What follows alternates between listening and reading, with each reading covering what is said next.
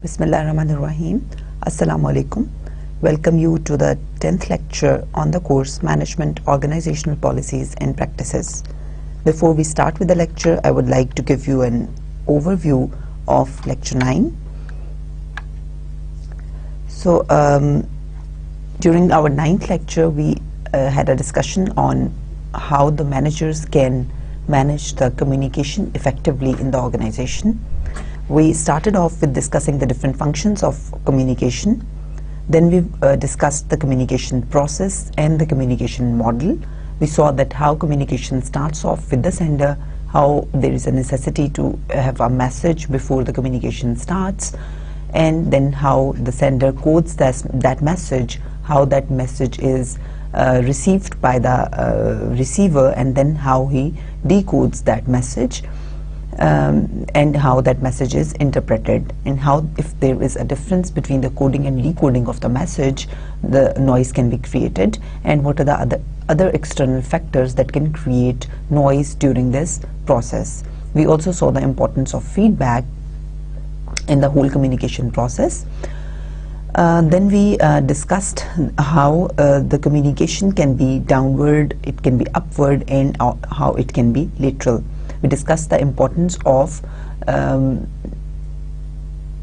how the managers can effectively make communication downward with the employees, and how this communication can be ineffective if the managers do not let the employees participate in the decision making, or if they do not let the employees explain how they have arrived at certain decisions.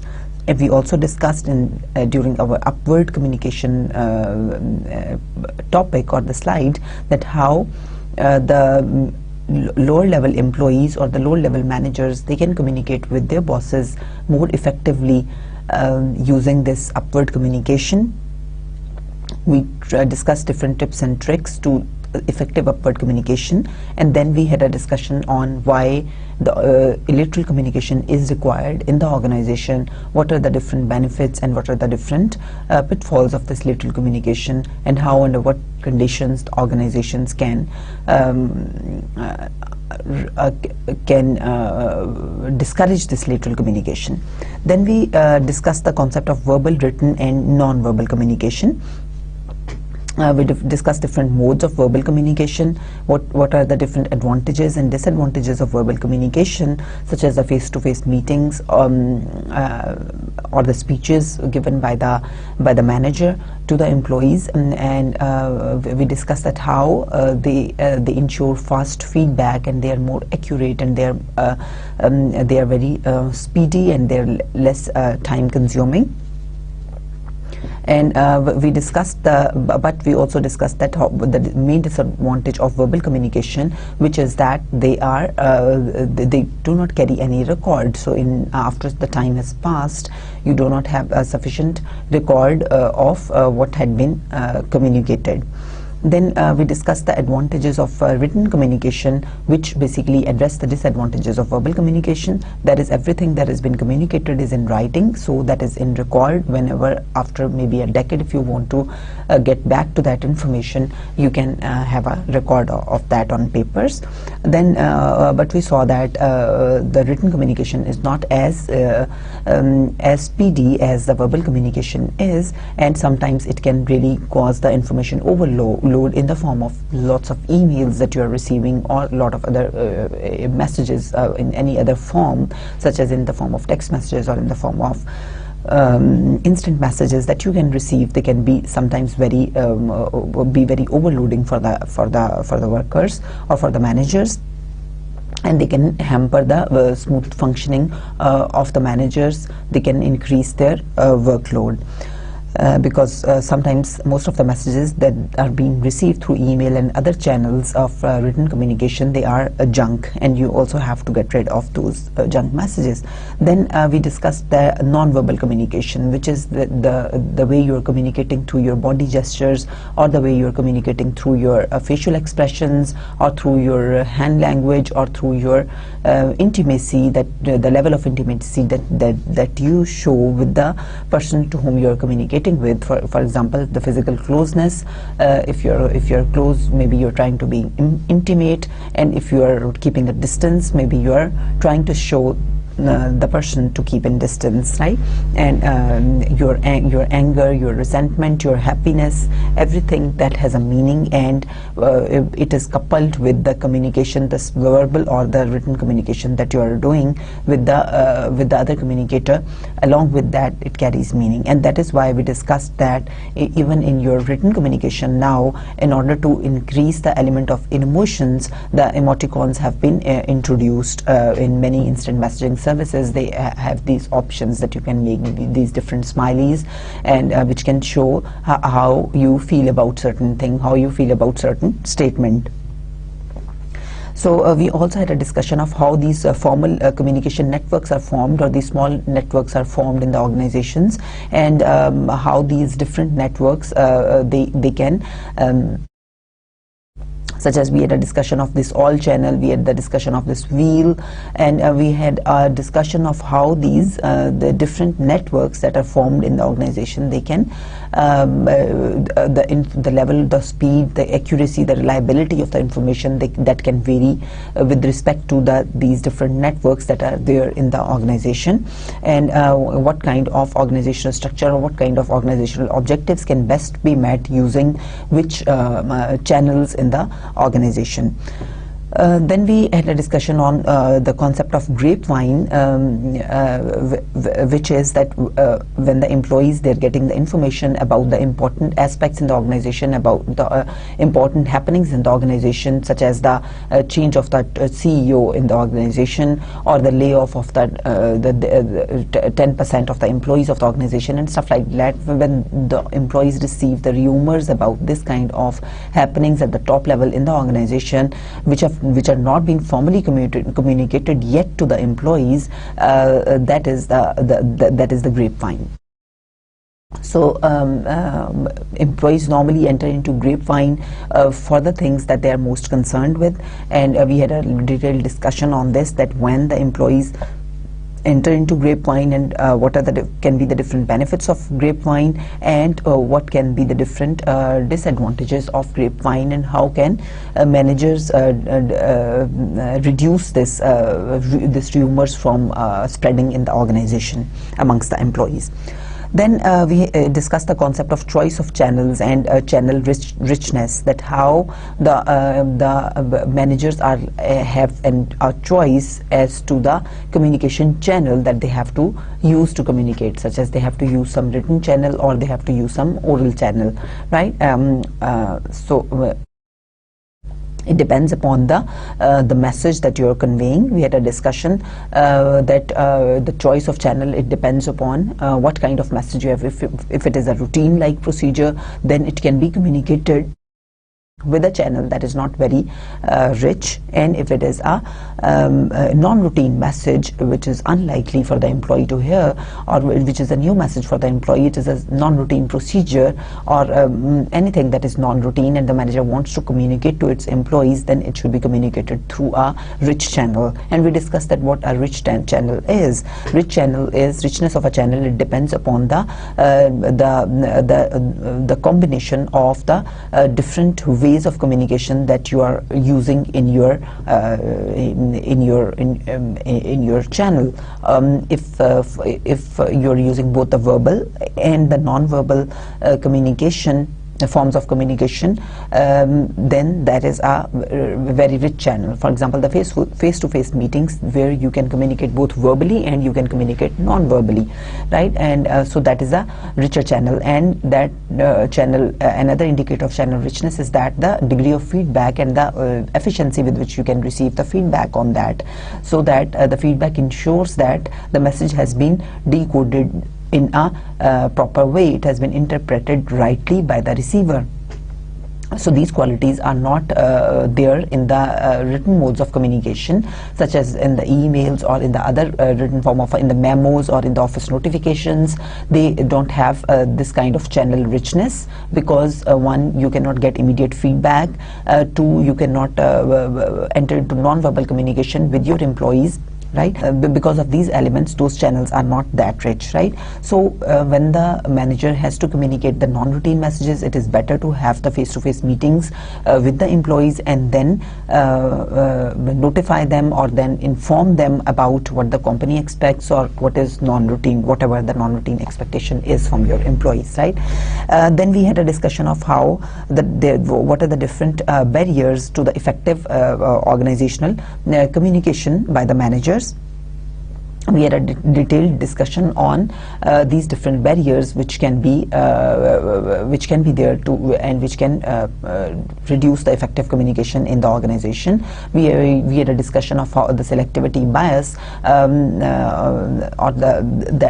we had a discussion that how the managers, they can sometimes become very much they are sometimes stereotype, or we have stereotyping in our mind, or we build certain images in our mind that for example, that a lady who is coming to the job for interview, since she's a female, so maybe she cannot sit very much overtime, so that is why her communication is really affected by this presumption of that manager or that interviewer, and the remaining communication does not remain that affected, because that is affected by, or that is contaminated by this belief of ours. Then there can be certain gender biases. We had a discussion of how the males and the females, there is difference between their perceptions, and how the communication, it can lead to ineffective communication between them because of their varying assumptions, and because of their varying expectations, and because of their varying perceptions about different things and different ideas and different day-to-day routines, right? And we discussed a number of other effective communication barriers. We also had a discussion on how the cross-culture, how the can be a barrier to effective communication, and we discussed it with a few examples, that how the cross-cultural barriers, they can hamper the effective communication, and what are the steps, what are the different actions that you can take to ensure that culture is not a barrier towards the effective communication. How you need to understand the other person by going into the shoes of the other person, and keeping in mind that there are personality differences which are there between cultures. You need to understand that, and instead of passing any or making any subjective judgments about the other person who is belonging to a different culture, you need to give him some time, and you need to make a good understanding of the beliefs of the other person, and how he acts under certain situations, what he means out of certain things. And so because we saw that how different words have different meanings across different cultures, right? I gave you a number of examples on this cross-cultural dimension of effective communication. That was this was it that we discussed for our last lecture, which was on managing the effective communication in the organization. Now for this lecture, we move to the lecture 10, which is on managing motivation of the employees. So we'll be discussing today what is employee motivation, how the different motivation, what are the different motivation theories. So we will start off with the Maslow's need hierarchy theory, then we'll go to the ERG theory of motivation, then I will explain you theory X and theory Y, then we'll move to the two-factor theory, which was given by Herzberg, then we'll move to McClelland's theory of needs, then we have the cognitive evaluations theory, we have the goal setting theory, and under this we'll also, as an extension to it, we'll be discussing the management by objectives, which is an application of this goal setting theory. Then we'll move to the self-efficacy theory, and lastly we'll see that how these different, what are the implications of these different theories for the organizational managers. Right, so we'll be discussing the implications of managers vis-a-vis all these different theories individually. So when we come to an end of each theory, we'll be discussing that what implications this theory has for the managers, and then we'll have a overall discussion in the end of these different theories for the different managers. So let's start off with the concept of motivation. What is motivation? Motivation is basically anything that drives, that gives you a direction of your work, where you are persistent in your work and where you work intensely, right? Where there is intensity of your effort, right?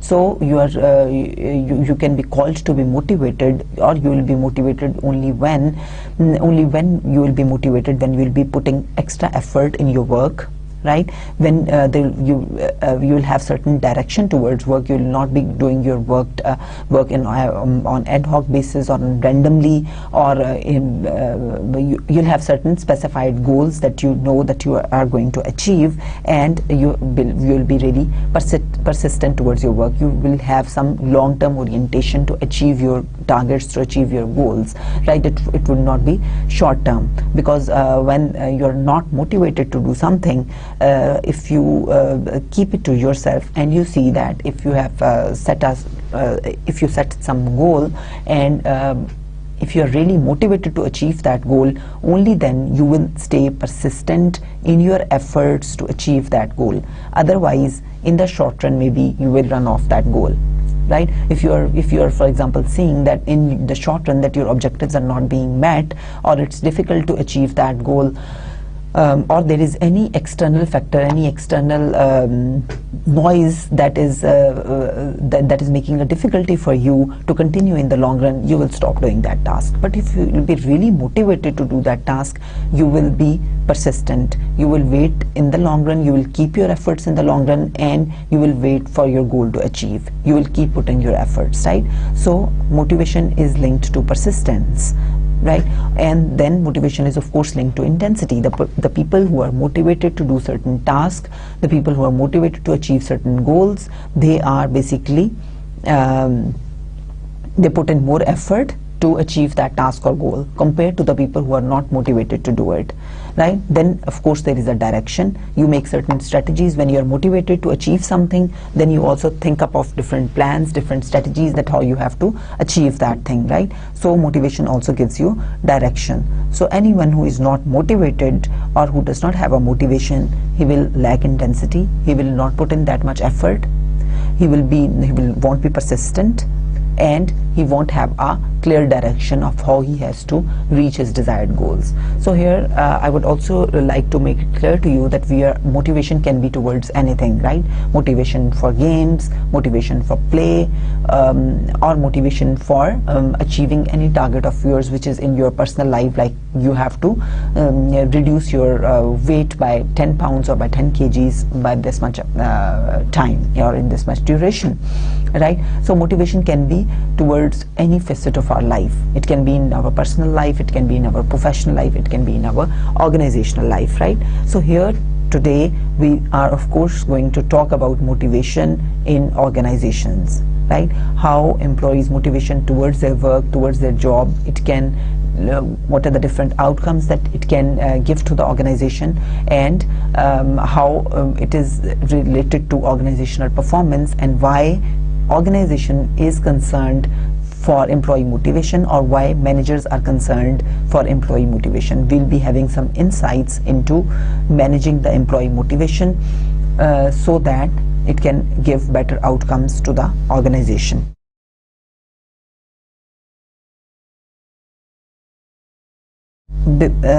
I would also like to tell you here that we'll cover this in detail in our next lecture most likely, but because we have started off with the topic of motivation, therefore for your prior understanding, and I'm sure most of you might have already studied this, it would be in your knowledge that how motivation is linked to different organizational goals and outcomes, because I thought that it is important to explain to you right here before we are starting off with motivation, that why it is important in the organizations to study motivation. As I told you that we'll be studying this from organizational perspective or from the managerial perspective.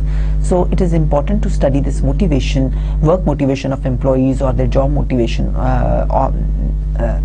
It is important because it is linked to a number of outcomes. Scientifically, it has been proven that motivation is linked to both individual outcomes, such as organizational commitment, such as the job satisfaction of the individuals, such as the job performance of the individuals is higher, the productivity of the individuals is higher, and it has also been linked to a number of organizational outcomes, such as the motivated employees also tend to perform higher organizational citizenship behaviors. They also tend to exhibit, the organizations, they are reported to be more effective, right? And the organizational performance enhances, the individual productivity enhances, as a result the organizational productivity also enhances, right? And the turnover intentions of the employees are lower who are really motivated to perform their work, right? So there are a number of outcomes that are really important for the organization, which can be achieved through employee motivation. Right, so the motivation, it has been a subject of industrial psychologists, it has been a subject of research for the economists, and the concept of motivation, you will see it in many different fields of research and of study, such as in organizational behavior, in the economics, in industrial psychology, in organizational psychology, and in human resource management. You will see that the topic of motivation, it is one of the central topics, and it has gained a great amount of attention, both from the academicians and from the practitioners. So it is a very hot question at all times for the managers as well, that how to keep the employees motivated, because it has been proven that without motivation you cannot get good performance or better performance from the employees, and without motivation you cannot achieve your desired goals, because the individuals, they are less likely to produce effectively. They are more prone to absenteeism, they are more prone to turnover, they are more prone to looking jobs elsewhere where they can find better motivation and stuff like that. So it is a challenge for the managers to keep their employees motivated. Here we are starting off this concept of motivation with a number of theories, and these theories are basically mechanisms, or they are the guidelines, or they are, each theory is trying to explain that what draws employee motivation, how the employee motivation is determined, and what are the factors behind the employee motivation, and of course then it has the implications for the managers, that basing on that theory, what insights can the managers gain, and how they can they can develop or build a certain strategies basing on these theories, which can enhance the employee motivation. Right, so we discussed that motivation, it is the process that accounts for an individual's intensity, direction, and persistence of effort toward attaining a goal. And so the key elements of this motivation is that it is intensity, that how hard a person tries, and its direction, which is towards a beneficial goal, and persistence, that how long a person tries. I explained all these three different elements to you previously, and here we'll be discussing the hierarchy of needs theory, which is the earliest theory on motivation, which was given by Maslow. I think it was in 1943 that this theory was presented, and it's the oldest theory of motivation, right? So according to this theory, it is one of the most popular theories of motivation, the oldest as well as one of the most popular theories of motivation, because it was the first theory which tried to explain that how the employee motivation can be determined, or how the employee motivation is, what are the factors behind employees motivation. So it's trying to explain all the different factors which lead to employee motivation, or which reduce employee motivation. So the theory basically, I'm sure you must all be already familiar with this theory, but of course as a part of the course I have to follow this all these theories, one, and secondly some of you might not be familiar with the theory earlier. So we'll be discussing this theory and the mechanisms which are underlying in this theory. it basically divides the employee needs into categorizes them into 5 different levels levels of needs and 5 different hierarchies of needs, right? And which are, if we have a graphical presentation of these needs here, we see that at the baseline you will see that the first one is the physiological need, and after that comes the safety need, then we have the social need, then we have the esteem need, and then we have the self need. So the theory basically divides the needs of the employees into these 5 categories, and at the bottom of the category is the physiological need, and at the top is the self-esteem needs, or the self-actualization need, which it calls, right? So if these needs are further subcategorized into lower order needs and higher order needs. So lower order needs are the needs that are satisfied externally, such as the physiological needs and safety needs, and higher order needs are the needs that are satisfied internally, such as the social need, esteem need, and self-actualization needs. So let's see in our next slide what these different needs stand for. So physiological need is basically the need for an individual's need for hunger, an individual's desire for water, for his thirst, that is a need. Then we have the shelter, that is a basic need of the individual. So they have the sex needs, and they have other bodily needs. So they are all the physiological needs. They are the very basic needs of the individuals, that any individual, they are the first needs of the individual, right?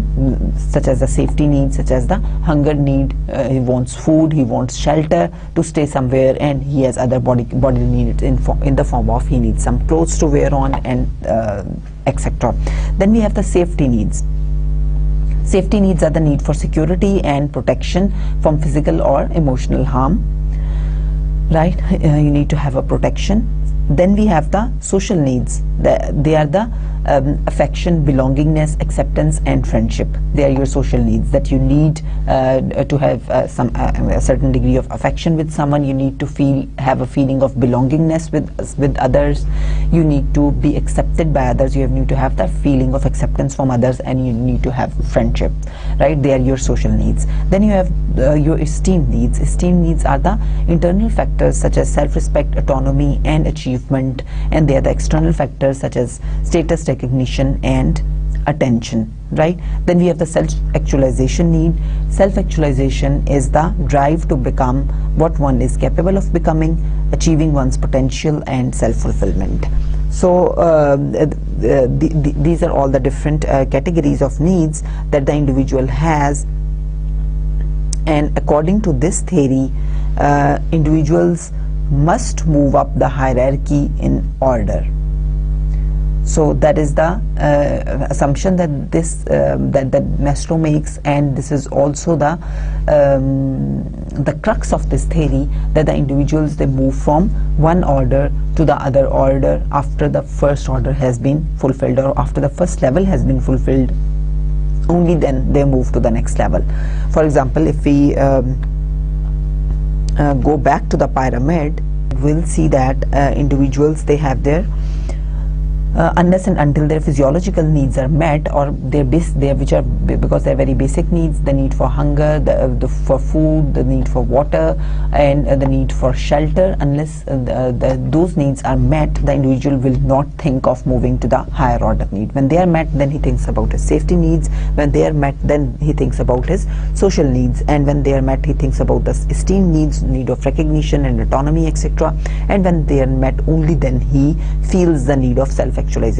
So an individual cannot be at the top of the pyramid unless and until his basic needs are met. He cannot think of entering into this self-actualization unless and until his very basic needs are met. So that is basically the crux of this theory.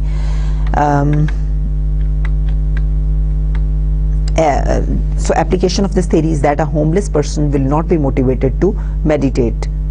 So for self-actualization, of course, you need to do the meditation, what you actually want to do.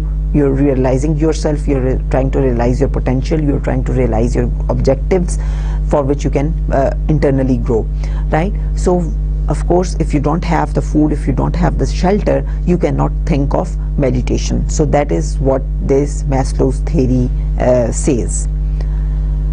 Then we have the Alderfer's ERG theory. That is basically an extension of this Maslow's theory. So what he does is that he categorizes all the 5 needs that were categorized by Maslow. Compared to that, Alderfer categorizes the needs into 3 categories, right?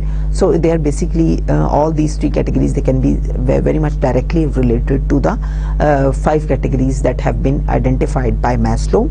So here E stands for existence, which is similar to the Maslow's physiological and safety needs. Then R stands for relatedness, which is similar to the social and status needs which were given by the Maslow. And then the G stands for the growth needs, which is similar to esteem and self-actualization needs. So he basically is he's saying that individual needs to satisfy all these 3 types of needs, which are existence need, relatedness need, and growth needs, right? But the only difference of ERG theory from the Maslow's theory is that it does not this theory is not built on the assumption, or it does not state that individuals cannot move to the upper level of the hierarchy unless and until his previous level hierarchical needs are met. So it does not categorize the needs on the basis of hierarchy, right? It says that individuals can simultaneously achieve, or they can simultaneously try to achieve all those different levels of needs, right? So an individual can simultaneously be motivated to achieve his growth needs or to satisfy his growth needs, as well as he might be simultaneously motivated to satisfy his existence need. They can go side by side. So this is the major difference of this view from the Maslow's view, which believes in the strict order. Then we have the theory X and theory Y. So theory X and theory Y basically says that managers, they divide the individuals, or they perceive the individuals as theory X employees, or the X category employees, or the Y category employees. So under theory X, both these theories, they have different assumptions. Theory X assumes that the individuals assumes that the managers, they assume individuals or the workers to be lazy and to be disliking their work, and they try to avoid responsibility. So under theory X, the managers, they have this assumption, or they have this belief that the workers, they are inherently irresponsible, they don't like work, and they have little ambitions, or they have little goals of their own to achieve the tasks. And under theory Y, the managers have the opposite belief. So it is the theory Y is the positive belief about the employees, and theory X is the negative belief about the employees. So the managers who follow theory Y, they assume that the employees, they are hardworking, they are self-directed, and they accept responsibility, which is the opposite of what the managers perceived from the workers who are under theory X, right? So both these theories, they have the different implications for the managers. McGregor, who basically extended this theory, he believes that theory Y assumptions, they are more valid, right? Which means that individuals, they're not that bad. They actually like to do work. They have certain ambitions of their own to produce the desired activities, or to reach their outcomes. Therefore, managers should create conditions for the employees which are encouraging for them, which encourage the participative decision making in the organizations, and which provide them the opportunity to understand their responsibility, and which give them the challenging jobs, and which can give them good group relations. So managers should create an environment for the employees wherein they can exercise their autonomy, wherein they can be responsible for their own tasks, for their own activities, they can set their objectives, and they have the challenging environment, and they have good relations to work with, right? So as per this theory, as per the beliefs of the McGregor, managers should give the employees this kind of environment where the theory Y factors, they can be promoted. So he basically believes in the theory Y assumptions. As to the empirical support for this theory, there is no evidence which indicates that these assumptions, they are true, which, or the theory Y assumptions are true, or actually the employees, they really are theory Y employees, and if the managers, they provide this kind of conditions to the employees which can promote their this theory Y beliefs, it may not increase the employees' motivation actually, right? So as per the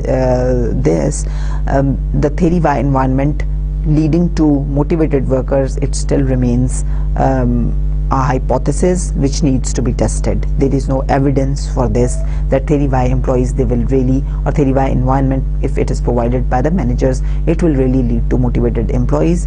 That is still unproven. Okay, we have this another theory which was extended by Herzberg, which is the two-factor theory. This is again, this theory gained very much popularity in the motivation literature, and this theory is also one of the widely used theories in the motivation literature and practiced by the managers. This theory, basically, what is the important contribution of this theory is that this theory stated that job satisfaction is not the opposite of job dissatisfaction, or job dissatisfaction is not the opposite of job satisfaction. The Herzberg basically collected data from a number of people and asked them of different factors which leads to their job satisfaction and the different factors which lead to their job dissatisfaction, and he found out that the factors that were pointed out by the employees for their job satisfaction, they were entirely different from the factors that they identified for their job dissatisfaction. It led Herzberg to conclude that satisfaction and dissatisfaction do not stand on the opposite poles from one another. And it also led him to conclude that the factors for job dissatisfaction are different from the factors for job dissatisfaction. So if you provide certain conditions to the employees which reduce their job dissatisfaction at work, it does not mean that those factors will also lead to job satisfaction of workers, right? So the theory stated that opposite of job dissatisfaction is not job satisfaction but no dissatisfaction, and similarly the theory stated that the opposite of job satisfaction is not job dissatisfaction but it is no job satisfaction, right? Because the factors that are determining the two are entirely different. Therefore, provision of the one factors which promote one kind of condition in the employees does not mean that it would not create another kind of condition. So let's see what these factors are actually. He divided these factors into the hygiene factors, which were the extrinsic factors, and these factors were related to the dissatisfaction of employees. So the absence of these extrinsic factors was related for increased employee job dissatisfaction. So if we see then a few examples of these different factors which he calls the hygiene factors, they are salary, they are the working conditions, and they are other company policies in the organization. So they are basically all the extrinsic factors in the organization which, if provided by the organization, can lead to reduced job dissatisfaction of the employees. And we have the motivators on the other side. So the second factor which Herzberg pointed out was the motivators. They are the provision of the responsibility to the employees, giving them an environment where they feel responsible.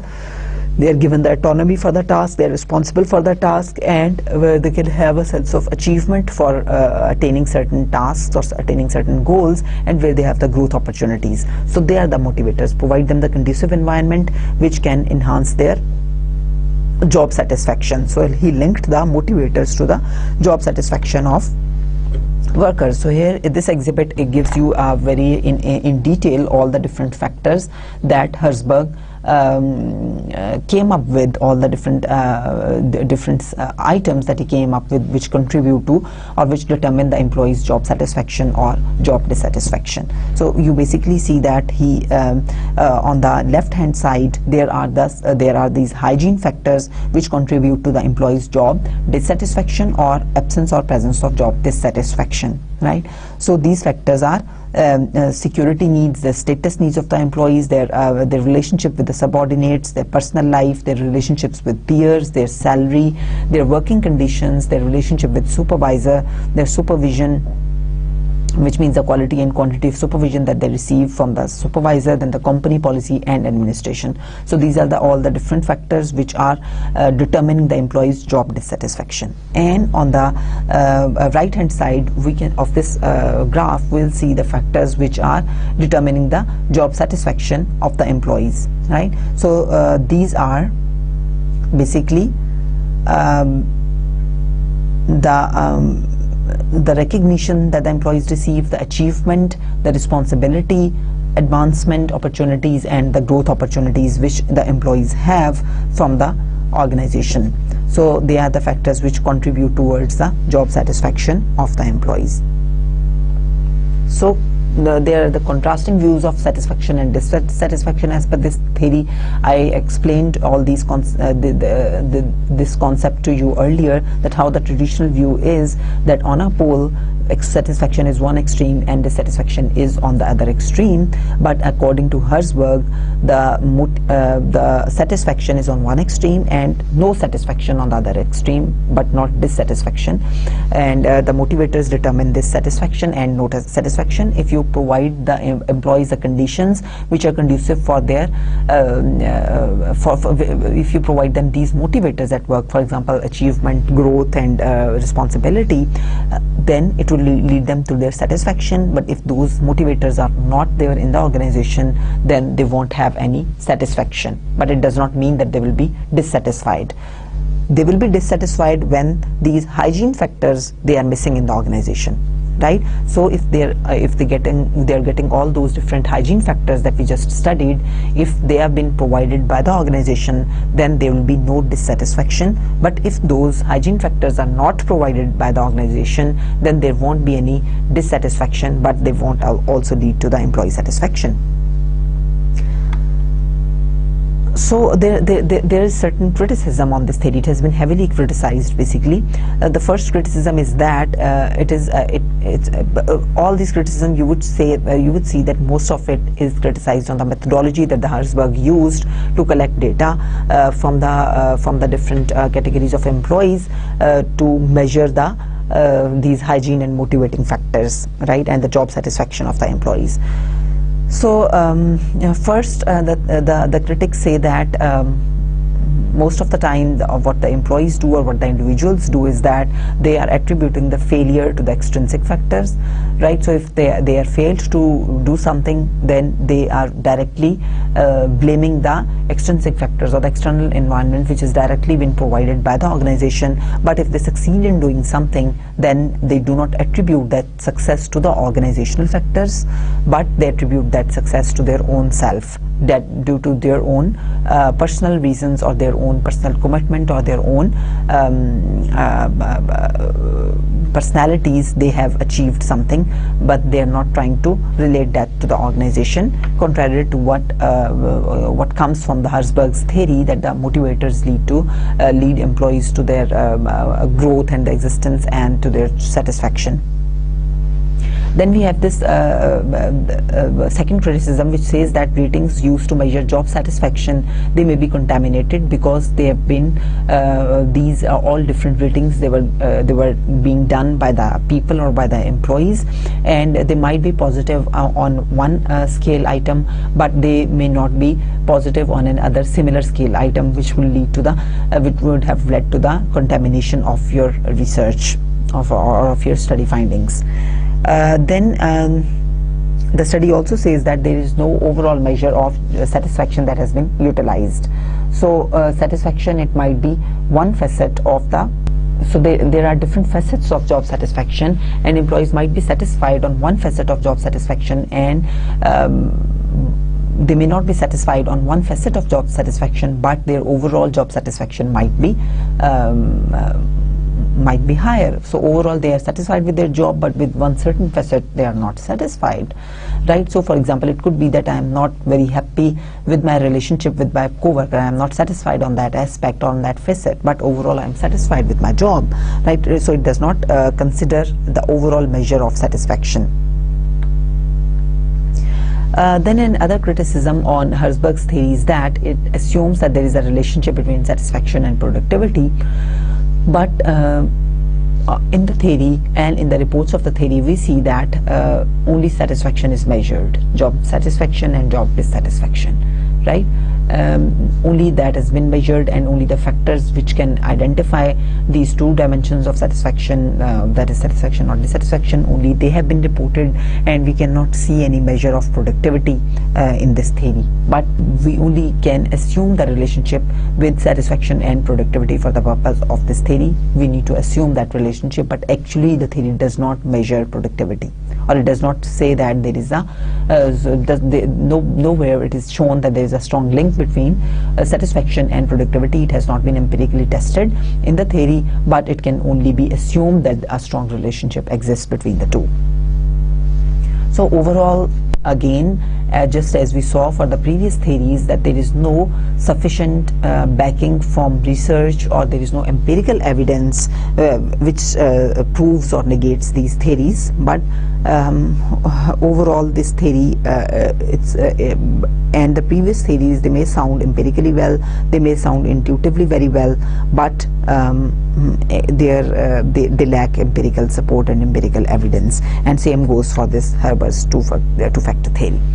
Then we see that David McLean's theory of needs. So he basically categorized the needs of the employees into three categories. One is the need for achievement, which is the drive to excel, to achieve in relation to a set of standards, to strive to succeed, right? How much you want to achieve, how much is your drive to achieve. So some people, they really have high need for achievement, and some have low need for achievement. Then we have the need for affiliation, which is the desire for friendly and close personal relationships. Again, some people are high on the need for affiliation, and some are low on that need. So some people really like to be staying alone and aloof and not very social and not very friendly, and some people are otherwise. Then we have the need for power, which is that the need to make others behave in the way that they would not have behaved otherwise, right? So some people, again, they have higher power needs, they really want to be in authority positions, and some people, they don't have such needs. So individuals have different levels of needs in each of these areas, and those levels will derive their behavior, right? So if you are higher on need for achievement, according to this theory, you will have different outcomes, and if you have different power need, you will have different outcomes. So again, as per this theory, most of the research that has been conducted on the need for achievement and the other two dimensions of this need theory, which is the power need and the affiliation need, they have there is not much evidence on those areas. But for need for achievement, it has been suggested that for the employees, if they have the 50-50 chances for of success or failure, then the need for achievement is the highest, right? And because if the probability is very high that you will succeed, right? If there are 90% chances that you will succeed or you will achieve a certain task, then there is not much challenge in that task, and there is not much need for achievement resultantly.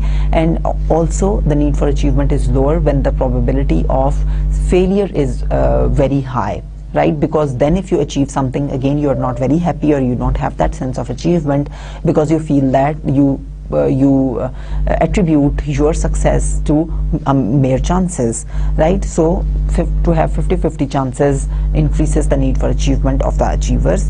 Then it also says that effective managers, they are more linked to they might be more linked to the higher power needs and lower affiliation needs compared to the need for achievement. Because need for achievement, as I showed you previously, that it's more related to the achievements that the sense of achievement that the individual wants to have, or the sense of growth that he wants to have.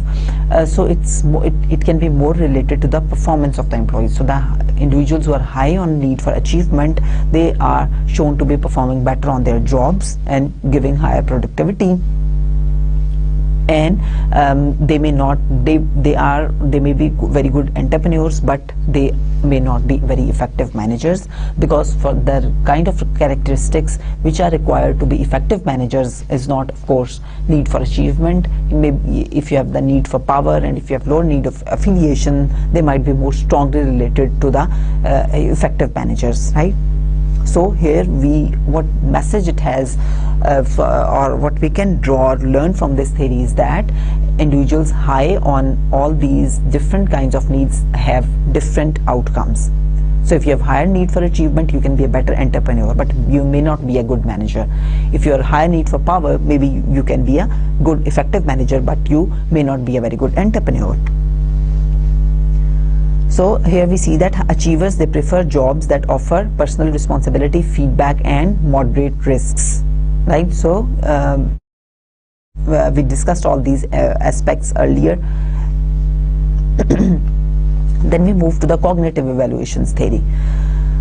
This theory basically, it is also again a very interesting theory of the employee behavior, and it has also been regarded as one of the contemporary theory of employee motivation. This theory basically says that when the organization combines intrinsic rewards with the extrinsic rewards, then the employee motivation to achieve something that basically declines. So if I give you an example here of my fondness to read books, I'm really fond of reading books, and because I enjoy reading books, I feel that it's fun reading books, so I'm intrinsically motivated to read books. That is why I read books. But if suddenly I am given a target from my manager that I have to finish these books during this much time, or by the end of this month I have to read this book. If I'm given this target by my manager, then what will happen is that my intrinsic motivation to read that book, that will eliminate, that will diminish, and that will be replaced by the extrinsic motivation to read that book. That is, I have to fulfill a target because I have been given a goal from my manager, and in response to achieving that goal I will receive a certain award. That award can be both monetary and non-monetary. It can be in the form of recognition, or it can be in the form of some bonus that I have been given, right? So now my urge to read that book would be replaced from the intrinsic motivation to extrinsic motivation. So now I will feel that my behavior is more controlled. So that is what this theory basically states. It says that when the extrinsic factors, they come in when an individual is doing a task only because he finds happiness or if finds pleasure in doing that task, and if the organization also links that task with some extrinsic motives or extrinsic incentives, as a result the intrinsic motivation of the individual will go away. That will fade, that will diminish.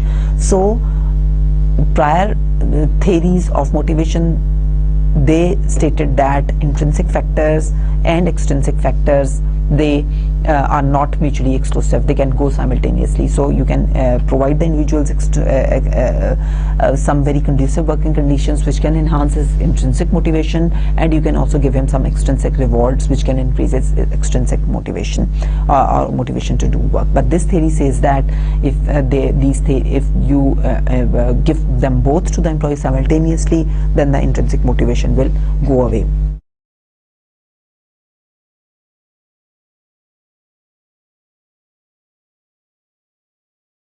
So one important conclusion that can be drawn from this theory, or an important assumption of this theory, is that intrinsic and extrinsic motivation, they are not mutually exclusive, as I told you earlier. Then what are the implications for managers of this theory? So because normally what the organizations, they try to do is that they try to link their performance appraisals with their rewards with their performance appraisals, right? So the rewards are performance based, the rewards are contingent on performance. So what does it mean? Does it mean that if the managers, they are linking the rewards to performance, then the individuals will be doing that task or that activity because of the extrinsic factors only, and their intrinsic motivation to do those tasks will be gone? And what does it mean for the organization? What should managers do? Should they not link their rewards to performance appraisals or to their performance, right? Because if they link their rewards to performance, their intrinsic motivation is gone. And does this theory imply that don't give rewards to the employees because their intrinsic motivation will be gone, and let them, if they're intrinsically motivated to do that activity, just provide them a conducive environment and they can keep on doing that activity, and then they can achieve their goal? This theory basically says that only the tangible rewards, they diminish the intrinsic motivation of employees, and not the intangible rewards. So intangible rewards are in the form of the recognition that the employee gets, right? And the extrinsic rewards or the tangible rewards are in the form of the increases in the salary, or in the or promoting the employee, or giving him the increments or bonuses or any monetary rewards. So all the monetary rewards are tangible and all the non-monetary rewards are intangible, but they both are extrinsic rewards. So the theory basically says that only the tangible rewards, they undermine your intrinsic motivation, and the intangible rewards, they do not undermine intrinsic motivation, but they increase it. So if the employee gets the recognition, which is an intangible reward, for doing a task, it will only enhance his intrinsic motivation to do that task. It will not undermine his intrinsic motivation to do that task. And as I explained to you earlier, that the explanation for these tangible rewards being linked to the undermining of intrinsic motivation of the employees is that now the employees, after they have been given a target, or they have been their performance has been linked to the extrinsic rewards, they feel that now the locus of control has shifted from internal to external. Now they feel that there are certain factors in the external environment, such as their supervisor to whom they have to report to. Now that external control element comes in when you make something contingent on external factors or on external rewards. So this research, or this theory, has been supported by a number of studies. It has gained really increased evidence. Then we have an extension of this cognitive evaluation theory, or CET, which is the self-concordance. Concordance basically says that intrinsically motivated people, they are happy even when they cannot reach their goals, as they find the process fun. So because they really are enjoying doing an activity, they find it intrinsically satisfying and happy to do a certain task. So even if they are not able to achieve the outcome or the final goal, they are enjoying the whole process because they are taking it as fun, or they are enjoying that. They really like doing it. Or extrinsically motivated people, on the other hand, even if they achieve a goal, but they are not that happy even if they achieve a goal, because that activity itself was not fun for them. They were just doing it for an extrinsic incentive, right? So that goal achievement itself does not give them any sense of accomplishment, but because or they do not feel really happy because they do not inherently like doing that task. Right? So there are certain implications that this theory basically has for the managers and for the employees themselves. For the employees or for the individuals, the implications are that they should be very careful in the choice of their jobs, right? So they should basically try to find those jobs, or they should try to choose those occupations or professions where they have some intrinsic motivation to perform, where they have some inherent desire to perform what they like doing, the activities they like doing. They should go into those activities, or should go into those, because it has been also been reported by literature that the intrinsic motivation is more positively linked to the individual and the organizational outcomes compared to extrinsic motivation. So the outcomes that you achieve, the goals that you achieve, they're basically short-term goals, and the individuals who have the extrinsic motivations to perform certain tasks, they continuously need to be given the incentives, some monetary incentives or non-monetary incentives to keep performing. On the other hand, this is not the case with intrinsic motivated individuals. Intrinsic motivated individuals, they perform a task only because of the task itself and not because of any other factors. Therefore, you do not need to give them any kickbacks in the form of those hygiene factors that we discussed earlier. You don't need to give them those kickbacks to keep them performing. So the managers, they, of course, they also need to understand what are the different intrinsic and extrinsic motivational orientations of employees. Some employees can be intrinsically motivated, and some can be inherently extrinsically motivated, right? So the managers, one, they need to understand what are the different motivational orientations of these employees, and how the managers, they can enhance these different motivational orientations, right? So how can managers create an environment which is really conducive towards the intrinsic motivation of the employees, because intrinsic motivation, it basically flourishes under the environment where there is more autonomy to perform, right? And there is more challenge in the job, there is more autonomy for the employees to perform their task, and there is sense of achievement and sense of fulfillment. That these are the factors that really enhance employees' intrinsic motivation, and the intrinsic motivation has the long-term benefits for the organization. So managers should try to understand the differences between these two forms of motivations, how they are differentially linked to the different outcomes, and how they are these two forms, they require different factors, or they have the different determinants, and what combination should the managers use of the extrinsic and intrinsic motivators to achieve good level of performance from the employees. We have a cartoon here. Have a look at this and try to see that in this kind of situation, what would Herzberg say and what would Maslow say. Then we have this goal setting theory, which was given by Edwin Locke. The theory basically is says that specific and difficult goals, if you generate them, and if you also give the self-generated feedback, that would lead to higher employee performance. So the goal is basically linking the theory is basically linking the goals to the performance of the employees, and it says that if you give them a really specific tasks, and there should be enough degree of challenge in the tasks, right, and you're also giving them feedback, then it will lead to their higher performance, right? So by the specific task, we already or the specific goals, we already told you what specific goals are, that there should be a time duration in those goals, and you should have an exact target that you have to achieve 10 million sales in next 6 months, right? So you have the very specific, you have specified your goal, and there should be sufficient amount of challenge in those goals. So for the theory says that for the relationship to exist between the goals and performance, it really depends on goal commitment, and we already discussed goal commitment in one of our slides, that goal commitment is I want to do it and I can do it, right? So according to this theory, this goal commitment can be enhanced through participatory goals, making your goals public, like sharing your goals with others, and being specific, and through the involvement of top management, through top management commitment, goal commitment can enhance. So top management can show its commitment by way of, for example, increasing their support for the employees' goals in the form of giving them funds, for example.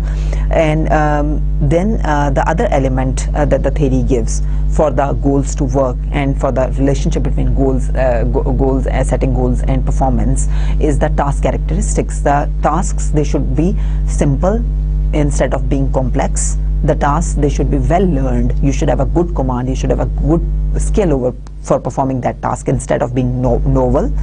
And the tasks, they should be independent instead of being interdependent. So when the tasks are interdependent, you need to link them to group goals. For the individual goals, the tasks, they need to be independent, right? So there are certain task characteristics. So these characteristics should be there in your task for this relationship between goals and the performance to occur. And the next factor is the national culture.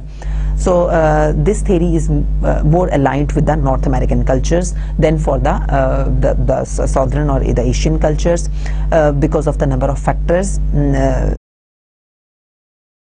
That is one, the theory, since it says that the goals, they need to be independent, and these North American cultures, they are collectivist cultures where this power distance, need for power distance is not too high, right? So we'll be discussing all these different dimensions of the culture or the national cultures in one of our lectures when we'll be discussing the organizational or the national cultures. So here we just see that the other element in this theory is that the goals, they need to be challenging, and those North American societies or those cultures, they are low in uncertainty avoidance. That is why it is directly aligning, there is direct alignment between this theory or between goal setting and performance in those cultures. And the third factor that makes this alignment right for those cultures is that they really give weightage to performance. For them, performance is important, so they are high in achievement, they have higher achievement needs, and that is why this theory or these goals, they need to be more linked to the performance in those cultures.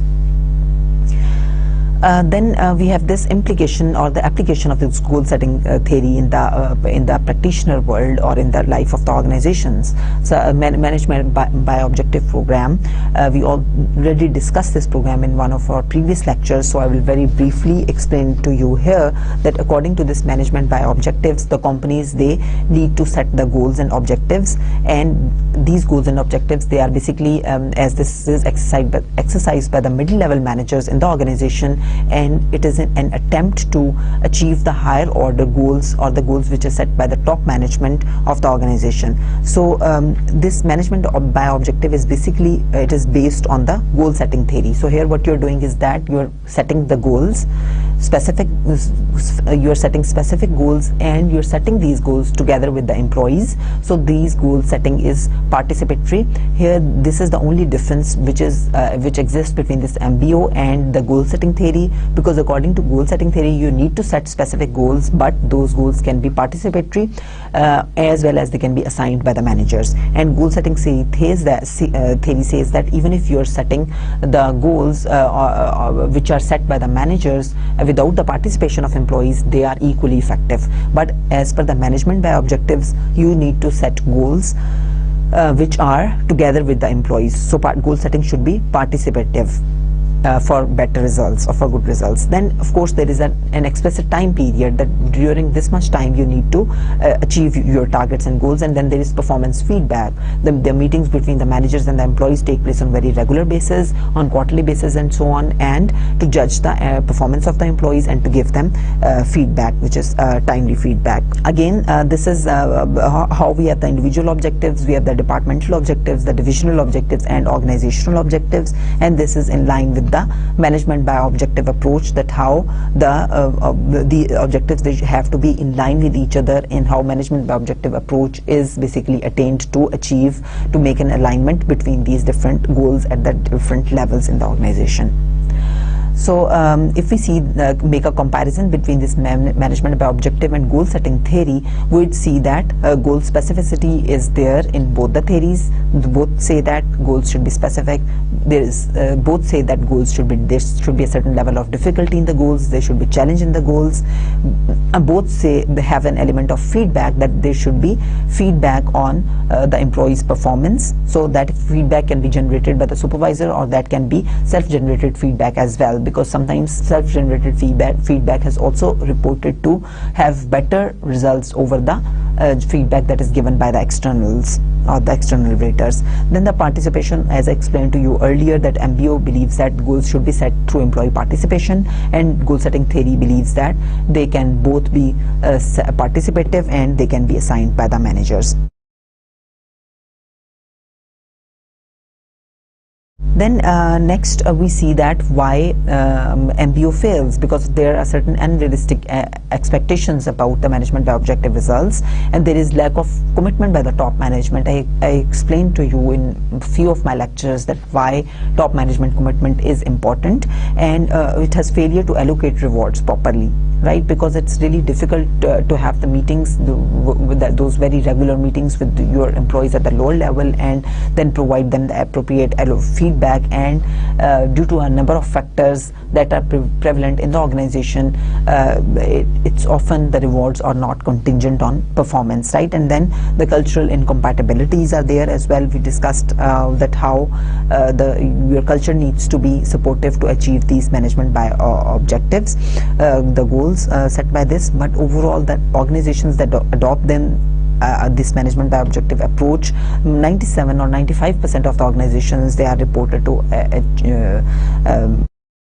be performing better than the organizations who do not use this approach.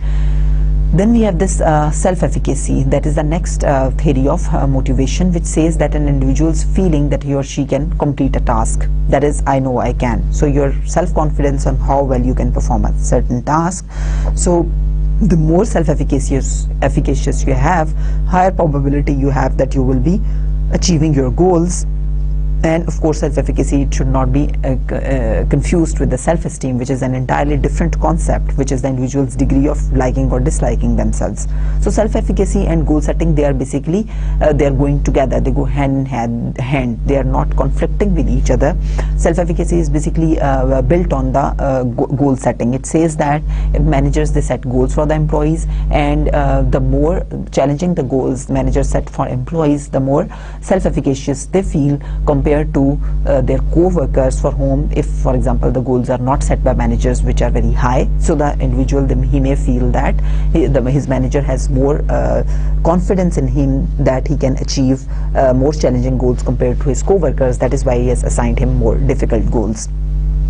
So the individual's self-efficacy increases as a result of the goal which has been set by the manager, and the individual has higher level of job performance as a result of higher level of self-efficacy. So there are four different concepts which Bandura, who was the theorist behind this self-efficacy theory, it was given by her, and she says that there are four factors that can enhance the employee's self-efficacy. First one is the inactive mastery. Inactive mastery is, if you have done a task in the past, your self-efficacy will be enhanced. So if you have done something already in the past and your manager gives you a goal that you have to do this now, of course you will be very much self-confident that you will be able to do that task, because you know that you have already done it. So mastery orientation is the first determinant that can enhance the self-efficacy of employees. Then the vicarious modeling, which is that someone similar to you is doing a task, and that increases your confidence as well, that if someone else is doing it, you can also do it. And if that someone else is really similar to you, then it even enhances your self-confidence, or your ability, or your self-confidence to do that task, right? So if someone is losing weight, you also feel confident that you can lose weight. But if someone is playing golf very successfully, then you also have a confidence that he will play. You can also play golf successfully. But if you have some physical handicap or some mental handicap, and someone else who is playing golf and also has a physical or mental handicap and is playing golf successfully, it would even increase your confidence that you can also do it. Then we have the verbal persuasion, which is another element that can enhance self-efficacy. It is that when someone is convincing you that you have the necessary skills to do something.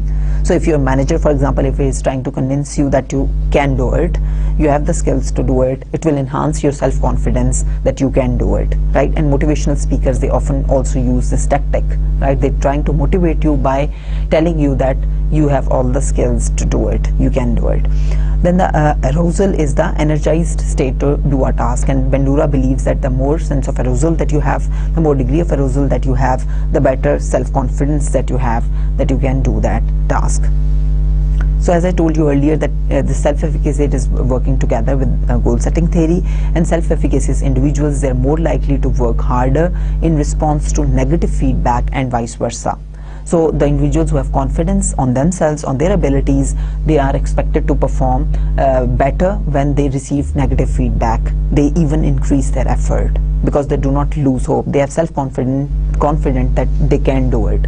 And on the other hand, the individuals that are low on self-efficacy, when they receive negative feedback, they are really discouraged because they feel that they just cannot do it, right? And they may quit doing that task or activity. So with this, we come to an end of today's lecture, where we discussed a few traditional or old theories of motivation, and we also had a discussion on a few contemporary theories of motivation. For our next lecture, I would like to continue with these contemporary theories of motivation, and then I would also give you some more understanding about how the different organizational policies and practices, they can be used by the managers to enhance employee motivations, or how they are linked to employee motivation, the different managerial practices. So with this, I conclude today's lecture, and I thank you very much for your active listening and for your patient hearing. I hope you have developed a good understanding of the motivational concepts that I explained to you here, and you enjoyed listening to me. Thank you very much, all of you. Allah Hafiz.